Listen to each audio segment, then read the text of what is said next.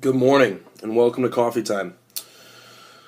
It's a beautiful, cold, brisk fall day out there, and this morning I have the opportunity to lead something called Forest Study for one of our Naperville schools here at Camp Manitoba that comes out.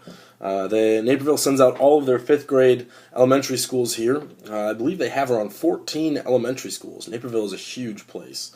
Anyways, so basically, for the whole day, I'm going to be giving a hike, teaching kids about the forest. And it's a really awesome experience because I get to make something that they could study in a book come alive out in the forest.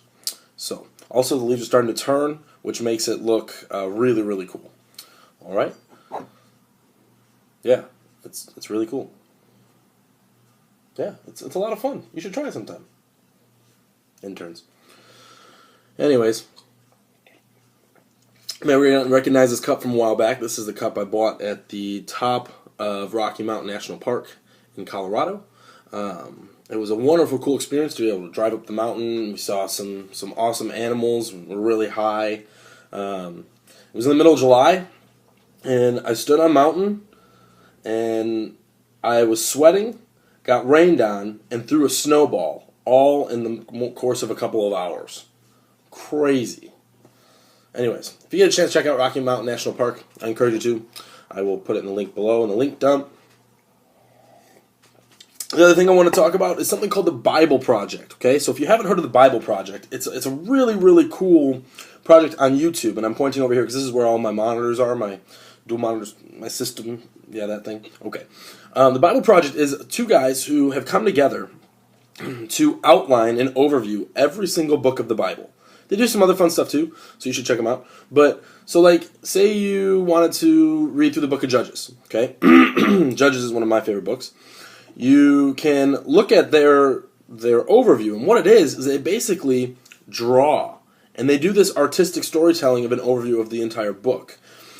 And so they'll do a little overview with pictures, and then they'll break it up into one section, and then zoom in on that section, do all this stuff, zoom out, move into the next section, do it here, and then zoom out, and then move into the next section, do it there. And it's really, really well done. Each video isn't super long, about one of the lengths of my videos, so just go check them out. I'll put a link in the link dump below.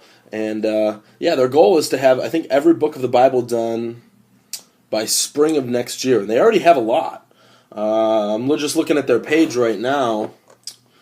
They've got Genesis, well, that's in 2 parts. Exodus, Matthew, Mark, Luke, John, Leviticus. Exodus is in like 3 parts, I think. But then they have other stuff called Key Biblical Themes in 6 minutes or less. So holiness, atonement, covenants, the Messiah, heaven and earth. Oh, they just did Ecclesiastes. Okay, I'm going to have to watch that just after I get done making this. Once again, plug for Common.Cents.Coffee.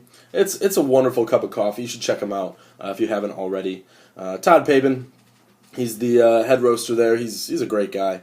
And coffee's very reasonably priced. Probably the same that you'd pay, probably a little bit less than you'd pay at Starbucks for a pound of coffee. And it's totally worth it. And you get to support a Christian company. Let's dive in. All right, so as you know, I'm reading through the Bible in 1 year, and we rounded out Exodus yesterday, and so I wanted to read from the end of Exodus here, Exodus 40, 33, starting at. He erected the court all around the tabernacle and the altar, and hung up the veil for the gateway of the court. Thus Moses finished his work. Then the cloud covered the tent of meeting, and the glory of the Lord filled the tabernacle. Moses was not able to enter the tent of meeting because the cloud had settled on it, and the glory of the Lord filled the tabernacle. Throughout all their journeys, whenever the cloud was taken up from over the tabernacle, the sons of Israel would set out. But if the cloud was not taken up, then they did not set out until the day when it was taken up. For throughout all their journeys, the cloud of the Lord was on the tabernacle by day, and there was fire in it by night, in the sight of all the house of Israel.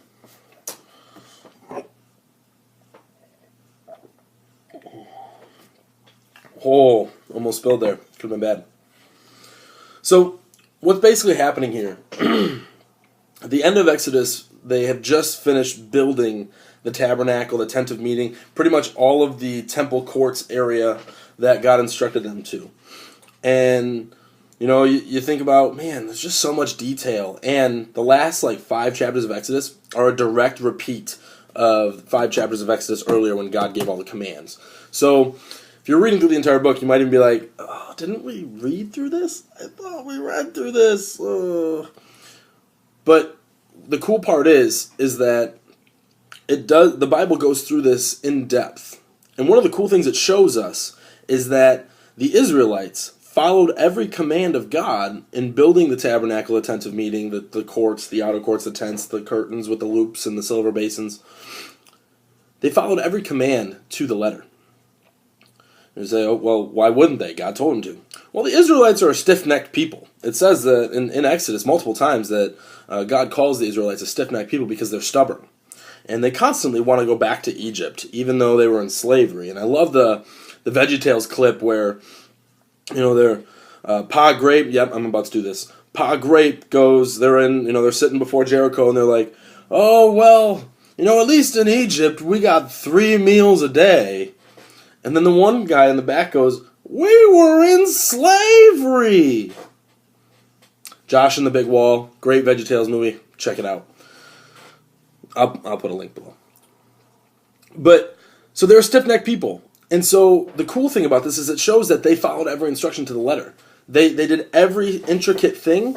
They did every piece of handiwork that God had instructed them to. And not only that, when God gave them Moses the instructions on Mount Sinai on how to do this, at that point, there wasn't anyone who knew how to do any of this stuff that God asked. So weaving the scarlet, blue, and purple thread, the silver work, the overlaying with gold. But then God said to Moses at the end that he's going to raise up people to do this.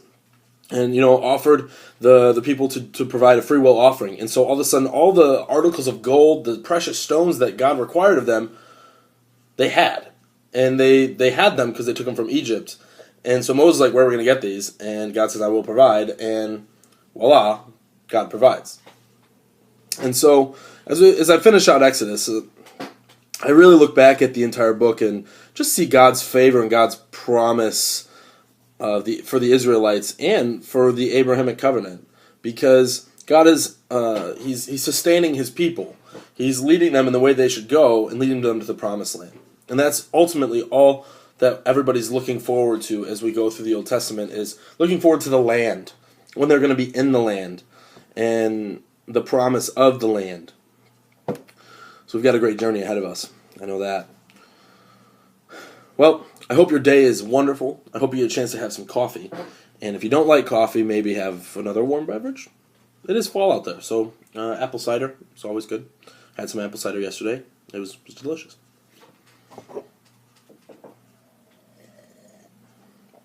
Have a wonderful day.